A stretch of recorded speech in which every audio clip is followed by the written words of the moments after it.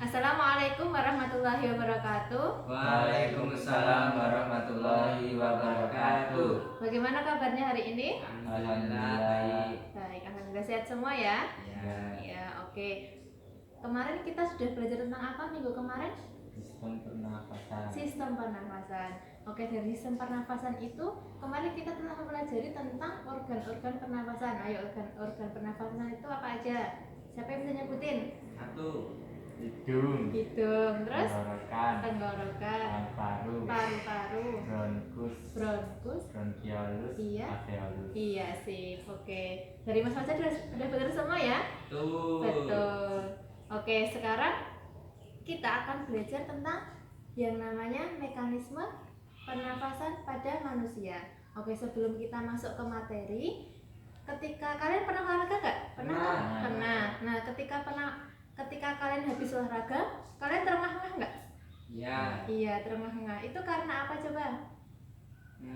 Karena energi pada tubuh habis sehingga memerlukan banyak asupan oksigen. Iya, benar sekali. Jadi ketika kita habis olahraga, energi kita akan terkuras, maka oksigennya akan turun, maka kita harus memerlukan banyak oksigen. Seperti itu. Jadi kita akan belajar tentang proses respirasi tadi, proses pernafasan pada manusia. Oke, jadi sebelum kita mempelajari tentang bagaimana proses pernafasan, kita harus mengetahui pengertian dari bernafas dulu. Jadi bernafas itu apa? Ada yang tahu nggak?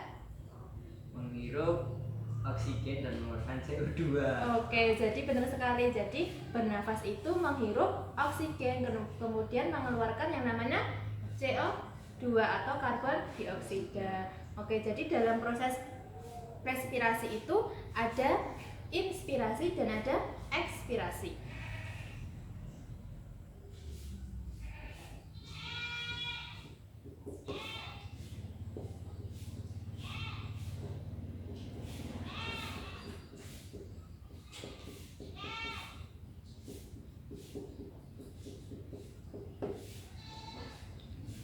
Oke, jadi dalam bernapas tadi itu ada yang namanya inspirasi dan ada ekspirasi. Inspirasi itu adalah ketika kita mengambil udara. Jadi ketika kita mengambil udara, nah itu namanya inspirasi.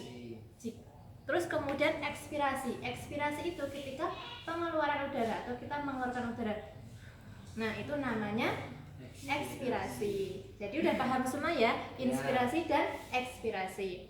Oke, kemudian sebelum kita mengetahui bagaimana proses inspirasi dan ekspirasi, kita harus mengetahui dulu yang namanya respirasi eksternal dan juga respirasi internal.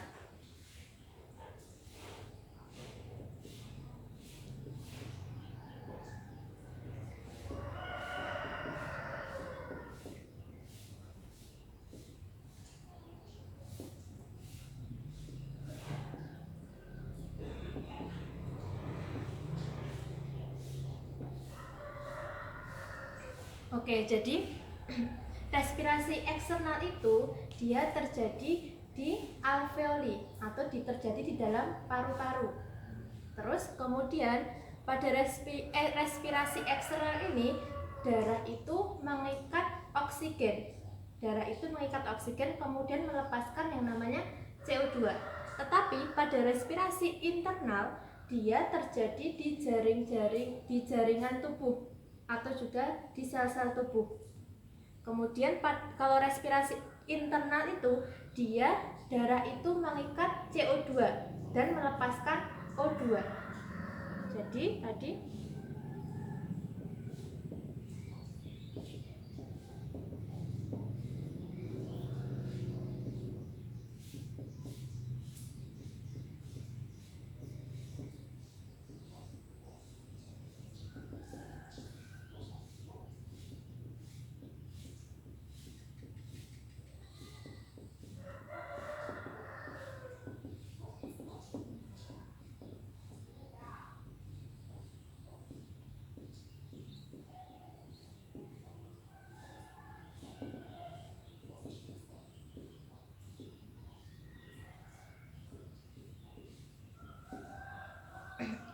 Oke, jadi perbedaan dari respirasi eksternal dan internal itu terjadi, kalau eksternal itu terjadi di alveoli, sedangkan internal itu terjadi di jaringan tubuh atau juga sel-sel tubuh. Jadi ketika respirasi eksternal ini, darah itu akan mengikat O2. Darah akan mengikat O2, kemudian akan melepaskan CO2. Jadi darah nanti akan masuk ke dalam alveoli. Terus jadi respirasi internal itu nanti terjadi di jaringan. Kemudian darah itu akan melepaskan ikatan oleh hemoglobin, sehingga nanti darah akan masuk ke dalam jaringan tubuh. Ketika masuk ke dalam jaringan tubuh, nanti oksigen ini akan membantu dalam proses respirasi sel. Terus kemudian dalam respirasi sel itu nanti dia akan menghasilkan yang namanya ATP atau energi. Jadi tadi ketika kita pas habis olahraga, kita akan merasa lelah karena energinya terbuang. Energi terbuang karena oksigennya juga terbuang, maka kita akan membutuhkan banyak oksigen, maka kita akan menghela nafas yang lebih dalam. Gitu. Seperti itu, ya, paham? Paham. Oke, sekarang kita akan belajar tentang proses inspirasi dan juga ekspirasi. Ibu mempunyai dua alat peraga tentang proses respirasi. Siapa yang mencobanya? Saya, Bu. Oke, silakan Mas Fajar. Oke, dari alat peraga ini diibaratkan sebagai organ pernapasan. Yang pertama, di ujung sedotan ini namanya ada hidung. Kemudian yang ini kita ibaratkan sebagai tenggorokan. Kemudian masuk yang bercabang dua ini namanya apa? Bronkus. Ya, jadi yang bercabang dua ini disebut dengan bronkus. Kemudian balon dua ini di dalam ini disebut dengan, diibaratkan sebagai paru-paru. Kemudian yang di selubung botol ini disebut dengan tulang rusuknya. Kemudian balon yang di bawah ini kita ibaratkan sebagai diafragma. Ini cara menggunakannya gimana ya, Bu? Oke, cara menggunakannya, jadi nanti silahkan balon di bawah ini nanti ditarik ke bawah seperti ini. Coba Mas Fajar diperagakan.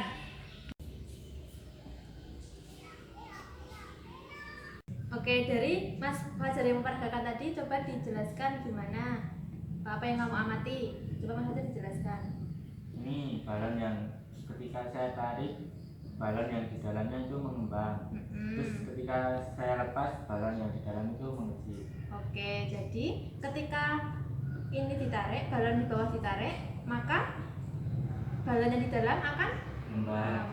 Kalau kita seperti ini kan, kalau tidak ditarik, balon yang di dalam akan mengecil.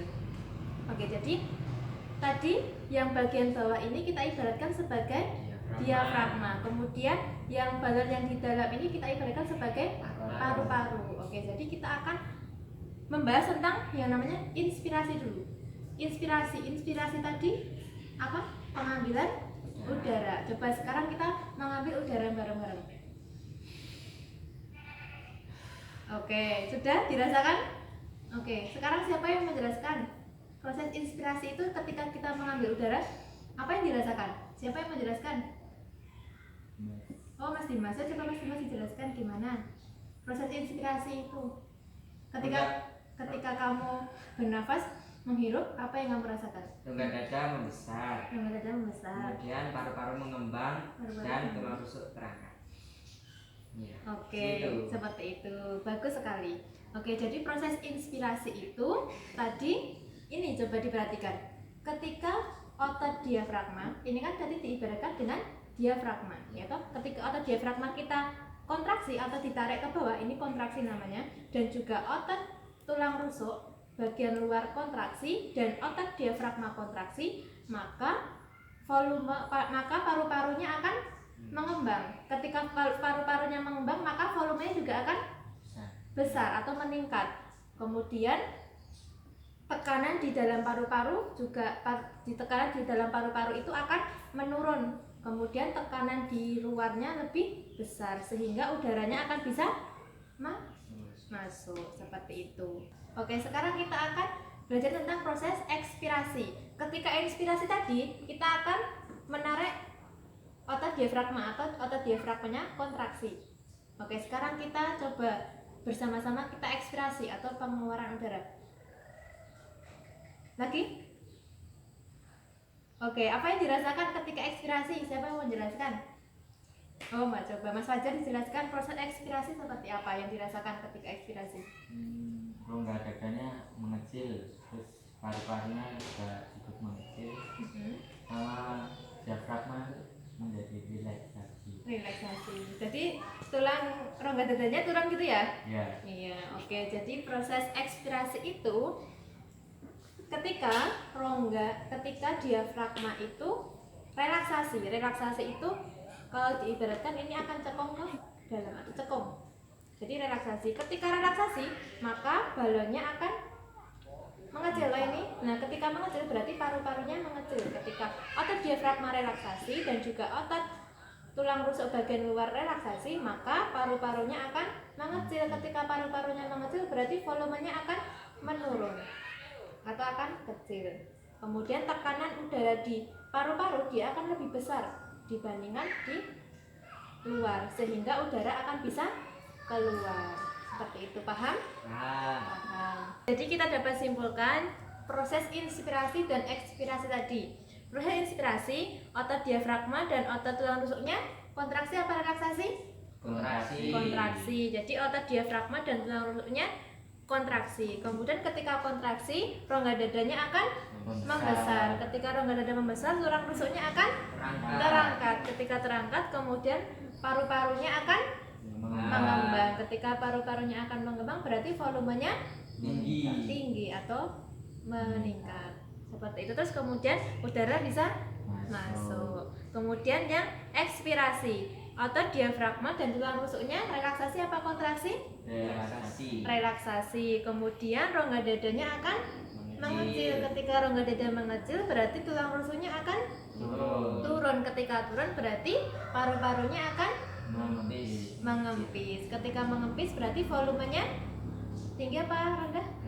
Rendah. Ketika volume rendah berarti udara bisa keluar. Oke, sudah paham semua ya berarti ya? Sudah.